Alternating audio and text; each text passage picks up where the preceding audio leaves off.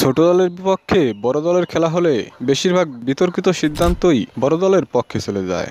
এমন ঘটনা হরহামেশাই দেখা যায় ক্রিকেট মাঠে। এবারও তার ব্যতিক্রম হয়নি।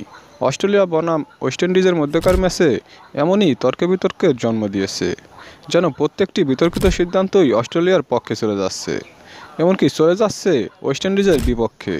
যে কারণে ক্ষুব্ধ হয়েছে ওয়েস্ট ইন্ডিজের অধিনায়ক থেকে শুরু করে প্রধান কোচও। এমনকি সমালোচনায় পড়ছে মাঠে থাকা আম্পায়ারও।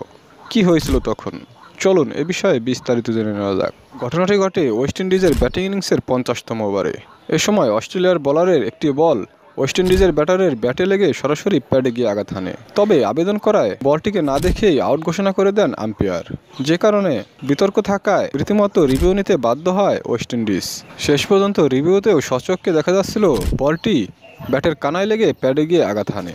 আল্ট্রারেজে স্পাইকও দেখা যাচ্ছিল, এমনকি শব্দও শোনা যাচ্ছিল এই ব্যাটের আঘাতে। তারপরেও আউট বহাল রাখে টিভি আম্পায়ার।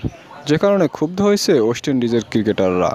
এমনকি অধিনায়ক থেকেও বলতে শোনা যায়, এমন ঘটনা অস্ট্রেলিয়ার বিপক্ষে মেনে নেওয়ার মতো নয়। তারা বড় দল বলে সবসময় আমাদের বিপক্ষেই সিদ্ধান্ত যায়। এই ঘটনা সত্যিই বিতর্কিত। ভবিষ্যতে যাতে এমন ঘটনা না ঘটে এমনটাই আশা করেন ওয়েস্ট ইন্ডিজের ক্রিকেটাররা।